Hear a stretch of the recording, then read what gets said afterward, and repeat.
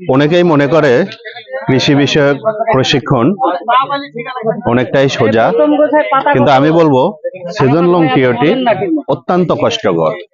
তবে বিষয় হচ্ছে এই যে হাতে কলমে আমাদের প্রশিক্ষণার্থীরা মাঠে নেমে বাস্তবমুখী যে প্রশিক্ষণটা গ্রহণ করে, এটা কিন্তু সিজন লং টিওটি ছাড়া কোনোভাবেই সম্ভব না।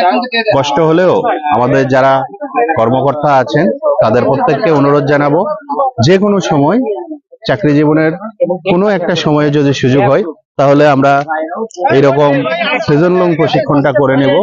এতে করে মাঠের বাস্তব অভিজ্ঞতা সম্পর্কে আমরা জানতে পারবো।